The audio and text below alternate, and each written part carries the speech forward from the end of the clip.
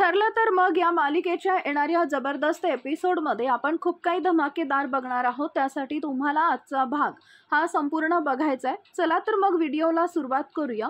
पण जर तुम्हाला सायली व अर्जुनची जोडी आवडत असेल तर आपल्या चॅनलला सबस्क्राइब करून व्हिडिओला एक लाईक तर नक्कीच करा। सगळ्यात पहिला आपण पाहिलेला आहे मधु भाऊंना फोटो सापडलाय आणि दुसरी गोष्ट म्हणजे त्यालाच बरोबर पूरक अशी सिच्युएशन प्रिया दारू पिऊन घरी आलेली आहे। प्रिया आणि अश्विनच्या समोर असं काही बरळली आहे की अश्विनला या सगळ्यांमध्ये आता जबरदस्त धक्का बसलेला आहे। दारूच्या नशेत जे काही प्रिया बरळलेली आहे त्याच्यामुळं तीन सत्य अश्विनच्या समोर उलगडले।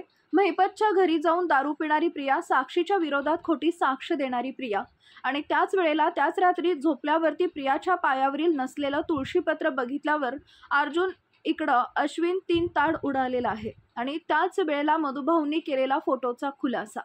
स्वतः सायलीला आपणच तन्वी आहोत हे समजल्याचं सत्य अर्जुनच्या समोर आल्यावरती नक्की काय घडलं सगळं एक्साइटेड एपिसोडमध्ये बघूया।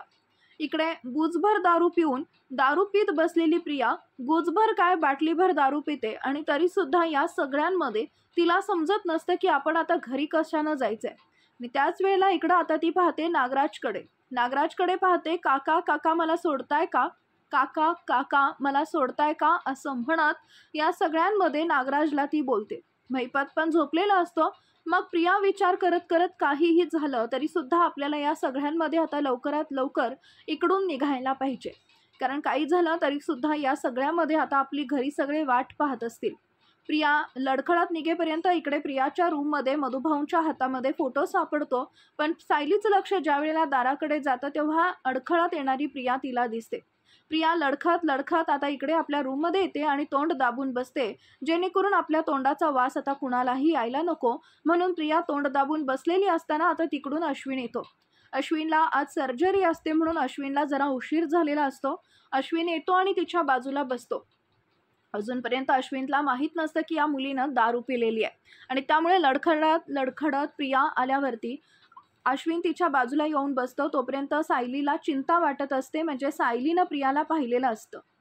प्रिया लडखडत येत असते आणि त्यामुळं ती इकडे आता सायली विचार करते की नाही मला आता या सगळ्यांमध्ये प्रिया अशी का आली होती, नक्की काय होतं हे सगळं आता मला कळायलाच पाहिजे असं म्हणत मग आता मात्र इकडं अश्विन ज्या वेळेला प्रियासोबत बोलत असतो तेव्हा सायली अर्जुनला त्याच्या रूममध्ये यायला सांगते। तोपर्यंत तिकडे आता अश्विन बाजूला बसतो आणि अचानक उठतो आणि म्हणतो, तन्वी तुझ्या तोंडाला कसला वास येतोय। आता मात्र प्रिया चांगलीच गडबडते। प्रिया या सगळ्यांमध्ये विचार करायला लागते आणि ती बोलायला लागते, वास कसला नाही, वास काही नाही। यावरती अश्विन म्हणतो, मला आता वास आलाय, कुठं गेली होतीस तू आणि तू आता घरी आलीस, कारण मी ज्या वेळेला खाली आलो त्यावेळी मला आता मम्मी म्हटली की तू पण नुकतीच आलेली आहेस, तू डायरेक्ट तिकडून गेलीस कुठं, म्हणजे तुझी केस त्या कोर्टामध्ये हिअरिंग होती, कोर्टामध्ये जे काही हिअरिंग होतं त्या हिअरिंगच्या नंतर आता तू गेलीस कुठं हे मला कळायलाच पाहिजे। यावरती प्रिया सांगते ते दामिनी देशमुख असं ती लडखडत बोलायला लागते आणि अश्विनला जरा धक्काच बसतो। तू कुठं गेली होतीस दामिनी देशमुखकडे, तुझा आणि दामिनी देशमुखचा काय संबंध। यावरती मग प्रिया अजूनच गडबडते आणि प्रिया सांगते, माझी आणि दामिनी देशमुखचा काही संबंध नाही आहे, माझा आणि महिपतचा पण काही संबंध नाही आहे, मी महिपतच्या इथे पण दारू प्यायला गेले नव्हते असं म्हटल्यावरती अश्विन म्हणतो की महिपत शिकरे त्याच्याकडे दारू प्यायला गेली होतीस। यावरती ती सांगते, नाही मी महिपत शिकरेच्या इकडे दारू प्यायला गेलेच नाही आणि माझ्यासोबत नागराज काका पण नव्हते, नाही माझ्यासोबत कोणीच नव्हतं असं म्हणत प्रिया या सगळ्यांमध्ये आता उगाचच खोटं खोटं नादामध्ये ती बरोबर सगळं खरं बोलून टाकते आणि त्यावरती अश्विनला धक्काच बसतो।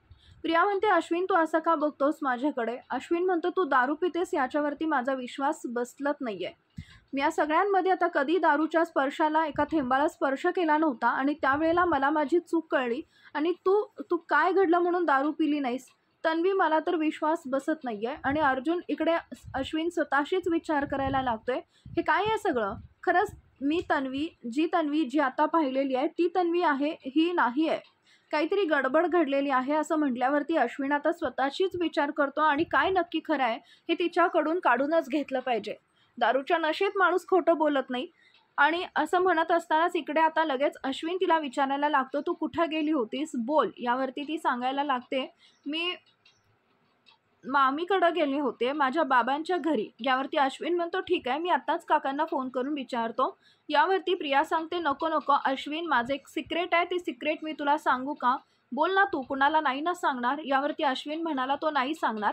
त्यावरती ती म्हणते मी गेले होते साक्षीच्या घरी, साक्षीच्या घरी सेलिब्रेट करायला. यावरती आता अश्विन चिडतो आणि तू त्या महिपत शिकरेच्या घरी कशी जाऊ शकतेस असं विचारायला लागल्यावरती आता इकडं ती सांगायला लागते मी महिपत शिकरेच्या घरी गेले होते सेलिब्रेट करायला.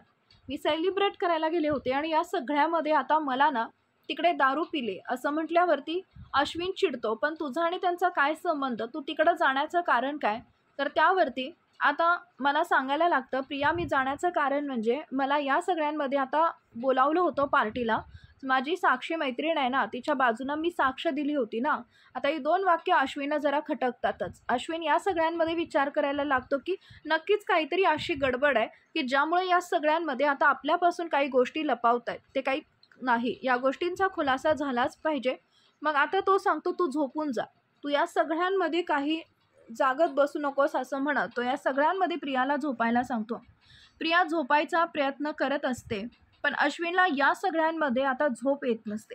अश्विनला मुळातच काही कळत नसतं की या सगळ्यामध्ये आता म्हणजे तिकडं गेली तरी कशी, आणि गेली तर ती गेली, या सगळ्यांमध्ये आता तिनं हे केलं तरी कसं? नाही, काहीतरी गडबड आहे असं म्हणत या सगळ्यामध्ये आता इकडे तो रात्रभर उठून बसतो आणि त्यावेळेला तो उठून बसतो आणि पाहतो तर प्रिया झोपेतच बडबडत असते. साक्षी सुटली, साक्षी सुटली, मी साक्षीला सोडवलं, आता या सगळ्यांमध्ये मला काही महिपत मारणार नाही. साक्षी बाहेर आलेली आहे आणि मी खोटी साक्ष दिली, त्यामुळं मला इनाम पण मिळणार आहे असं म्हणत या सगळ्यांमध्ये आता प्रिया वेड्यासारखी बडबडत असताना इकडे आता अश्विनला थोडा डाऊट येतो. अश्विन विचार करायला लागतो नाही नाही काहीतरी गडबड आहे. या सगळ्यांमध्ये ही आता असं बडबडती आहे, हे काय बडबडती आहे हे अश्विनला कळत नसतं. आणि त्याच वेळेला प्रिया पुन्हा झोपी गेलेली. प्रिया ज्या वेळेला हलते त्यावेळेला मग आता या सगळ्यांमध्ये तिच्या पायावरती असलेलं ते तुळशीपत्र पान उलटं पडतं, म्हणजे तिचा पाय उलटा पडतो. पाय उलटा पडल्यावरती आता तिकडं तिच्या पायावर नसलेली तुळशीपत्राची खूण अश्विनच्या लक्षात येते. आता मधुभाऊ तो फोटो घेऊन बाहेर येतात आणि साऊ बाळा तुझा फोटो तिच्या रूममध्ये काय करतोय? तुझ्या लहानपणीचा फोटो तिच्या रूममध्ये बघितला मी. यावरती सायली म्हणते काय पण या गडबडीत मधुभाऊनी फोटो आतमध्ये आणलेला नसतो आणि त्यावरती अर्जुन म्हणतो काहीतरी गडबड आहे. आता ती ज्या प्रकारे इकडे पिऊन आली होती ना, आपण आता तिच्या रूममध्ये जाऊन तर कदाचित बघितलं ना तर आपल्याला समजेल काहीतरी तिच्या रूममध्ये आपल्याला सस्पिशियस भेटणार आहे. आणि म्हणून मला आता काय वाटतं माहिती आहे का, की या सगळ्यांमध्ये आता आपण तिच्या रूममध्ये जाऊन बघूया. मधुभाऊ म्हणतात मी तो फोटो आणला तिच्या रूममधून बाहेर पडतो, मी ते तिकडे दुसरीकडे ठेवलाय. इथं ज्या वेळेला आलो तेव्हा मी फोटो नाही आणला, मी तो फोटो घेऊन आलो. तोपर्यंत तुम्ही प्रियाच्या रूममध्ये जे काही शोधायचं असेल ते शोधून घ्या असं म्हणत आता इकडे मधुभाऊ फोटो आणण्यासाठी जातात. तोपर्यंत अर्जुन सायली इकडं प्रियाच्या रूममध्ये येतात आणि त्याच वेळेला अश्विननं प्रियाच्या पायावरचं तुळशीपत्र पाहिलं. आता दोघेजण लपून छपून प्रियाच्या रूममध्ये ज्या वेळेला येतात त्यावेळेला आता इकडे प्रियाचा पाय उलटा असतो, अश्विन तुळशीपत्र पाहत असतो आणि त्यावरती आता इकडे अर्जुन म्हणायला लागतो चल ती झोपली. यावरती अर्जुन सायली सांगायला लागते नाही सर, काहीतरी अश्विन भाऊजी चिडलेत बघा ना, ते काय बघताय बघा. यावरती अर्जुन पाहायला लागतो तर तो म्हणतो 1 मिनिट काय बघतोय हे मला समजलं. तिच्या पायावर गायब असलेलं तुळशीपत्र तो बघतोय असं म्हटल्यावर मग आता इकडे सायली म्हणते तुळशीपत्र. यावर अर्जुन म्हणतो हो, तन्वीची खूण आहे ना ती, तन्वीच्या या खुणेवरून ती प्रिया तन्वीच असल्याचं सिद्ध झालंय. या सगळ्यांमध्ये आता ती तन्वी आहे हे सिद्ध करण्यासाठी तीच तुळशीपत्राची खूण आता उपयोगाला तर आलेली आहे असं म्हटल्यावरती मग आता सायली म्हणते सर काय बोलताय, मला या सगळ्यांमध्ये काहीच कळत नाहीये, तुम्ही काय बोलताय ते. त्यावरती आता मग सांगायला लागतो अर्जुन तिला अगं तिच्या पायावरती तुळशीपत्र आहे. सायली म्हणते कसं शक्य आहे, तुळशीपत्र असणार नाही तिच्या पायावरती, तुळशीपत्र नाही आहे असं म्हटल्यावरती मग आता इकडे सायली गडबडते. सायलीला आता काहीच कळत नाही, काय बोलताय तुम्ही, तिच्या पायावर कसलं तुळशीपत्र, माझ्या पायावरती आहे. अर्जुन म्हणतो काय चाललंय तुमचं सायली, चला आत्ताच्या आत्ता इथून निघून जाऊया. मग दोघेजण रूममध्ये आल्यावरती मधुभाऊ तो फोटो सायलीला दाखवतात. सायली म्हणते मधुभाऊ हा फोटो तर तन्वीचा आहे.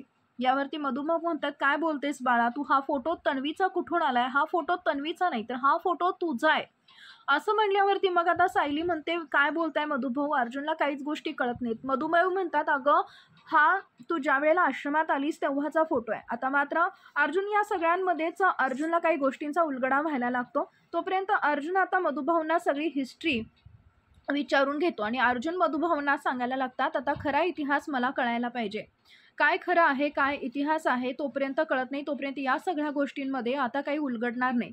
मधुभाऊ सगळं सांगायला लागतात. मधुभाऊ सांगतात, हा माझ्या साऊबाळाचा फोटो आहे आणि प्रियाचा फोटो सुद्धा माझ्याकडे आहे. मधुभाऊ प्रियाचा पण फोटो दाखवतात. आता इकडं तुळशीपत्रात सत्य समोर आल्यावर अर्जुन म्हणतो, अच्छा, म्हणजे मी आणि चैतन्य ज्या गोष्टी शोधत होतो तिच्या पायावर तुळशीपत्र नाहीये का? आता हे सगळं बोलणं चालू असताना इकडं अश्विन ज्या वेळेला प्रियाच्या पायावरील गायब तुळशीपत्र पाहतो तेव्हा प्रियाला हाताला धरून उठवतं. उठ उठ उठ तन्वी, असं म्हणत असताना प्रिया आता म्हणते, असं म्हणताच प्रिया म्हणते, अश्विन काय झालं? अजूनही दारूच्या नशेतच प्रिया असते. दारूच्या नशेमध्ये असलेल्या प्रियाचा आता मात्र तिला पटकन जाग आल्यावरती अजूनही काही सुधरत नसतं. अश्विन म्हणतो, तू दारू पिऊन आलेस आणि त्यानंतर तुझ्या पायावरचं तुळशीपत्र कुठं आहे? कुठं आहे तन्वी तुळशीपत्र? आता इकडं प्रिया अशी काही बडबडते, तुळशीपत्र कसलं? तुळशीपत्र नाही, तुळशीपत्र असं म्हणत ती आता गडबडते. त्यावर अश्विन म्हणतो, पायावरचं तुळशीपत्र.